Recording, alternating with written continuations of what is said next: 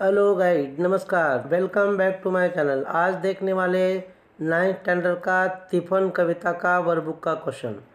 तो चलो, आपका मैं ज़्यादा टाइम नहीं लेने वाला, तो चलो स्टार्ट करेंगे।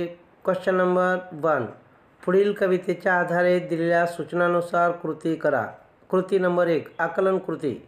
कवितेतील घटक व कृती यांचा तक्ता पूर्ण करा। घटक कृती: वीज थैथे नाचते, ढग ढोल वाजवतो, काटा पायात रुततो, डोळा हिरवे सपन पाहतो। 2, आकृती पूर्ण करा। नावे: शेतकऱ्याचे नाव सदाशिव, शेतकरणीचे नाव पार्वती। 3, पुढील अर्थाच्या शब्दसमूहाला कवितेतील योग्य शब्द द्या। पेरणीसाठी लागणारे बियाणे बिजवाई, शेतकरी पेरणीसाठी वापरतो ते अवजार तिफन, पारावती करते त्या 2 कृती, ओटी पोटाला बांधते, झोळी काठीला टांगते। 4, पुढील ओळीतील संकल्पना स्पष्ट करा। 1, काकरात बिजवाई जसं हसर चांदणं।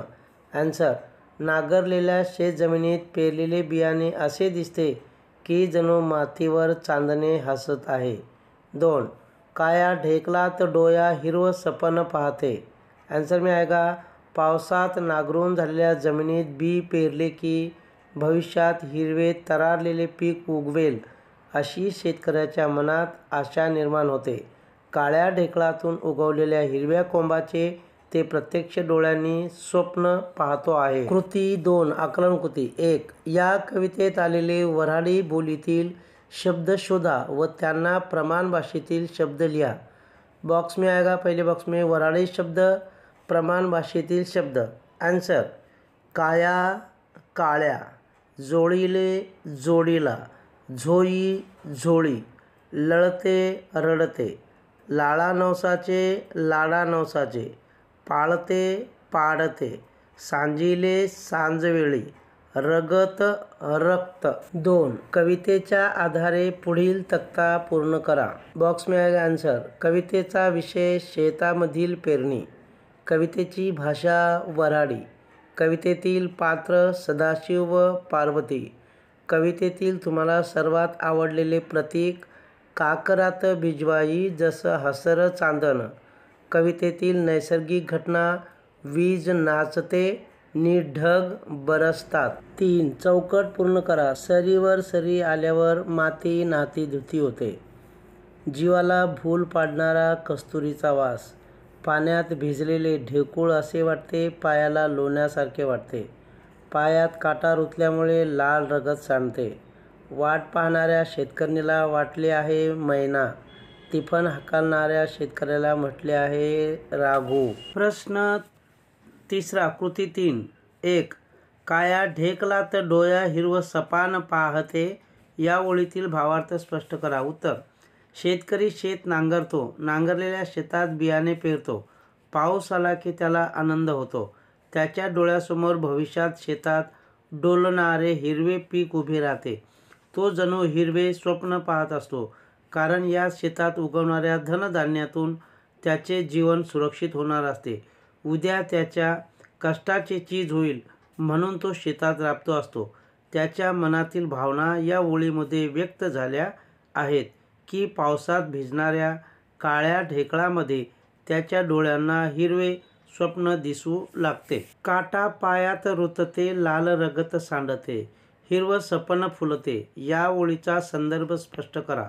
आन्सर: शेतकरी आपल्या शेतात धान्य पिकवण्यासाठी दिवस रात्र काबाड कष्ट करतो, त्याचे पोट भरण्यासाठी व संसार चालवण्यासाठी शेतात पीक येणे गरजेचे असते। आपली शेती पावसावर अवलंबून आहे, म्हणून पावसाची चाहूल लागताच तो शेत नांगरतो व बियाणे पेरतो। या ओळीमध्ये काटा पायात रुततो आणि रक्त निघते या संकल्पनेतून शेतकऱ्याच्या दुःखाचे सूचन केले आहे, पण शेतात धान्य उगवणार आहे हे हिरवे स्वप्न तो डोळ्यांनी पाहत असतो। पीक उगवण्याच्या आनंदात तो असल्यामुळे त्याला कष्टाचे व सोसलेल्या दुःखाचे काहीच वाटत नाही, म्हणून कवींनी म्हटले आहे की काटा रुतून पायातून लाल रक्त जरी आले तरी त्या लाल रक्तात उद्याचे हिरवे स्वप्न फुललेले आहे। 3. शेतकऱ्याच्या कष्टमय जीवन व आनंद याविषयी तुमचे मत स्पष्ट करा।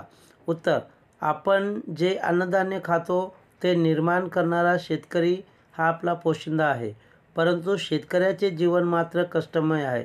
लहरी पावसाच्या भरवशावर त्याचे जीवन अवलंबून असते।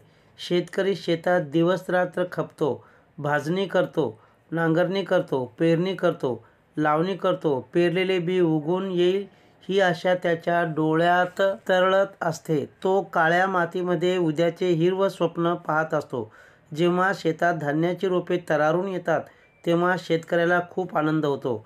अतिवृष्टी किंवा दुष्काळामुळे जसे अतोनात दुःख होते तसे पीक आल्यावर शेतकऱ्याला आनंदाचे भरते येते। अशा प्रकारे शेतकऱ्याचे कष्टमय जीवन व आनंद याचा अतूट संबंध है। दोस्तों, इसी तरह ये तिफन कविता का वर्कबुक का क्वेश्चन एंड आंसर आपने यहाँ पे देखा है और इसका रस ग्रहण का वीडियो ऑलरेडी मैं यूट्यूब पे भेजा है, तो वही आप लिख के उसका प्रैक्टिस कर सकते हैं। तो दोस्तों, ये वीडियो आपको कैसा लगा? अगर अच्छा लगा तो वीडियो को लाइक, शेयर और सब्सक्राइब ज़रूर करना है। Thank you.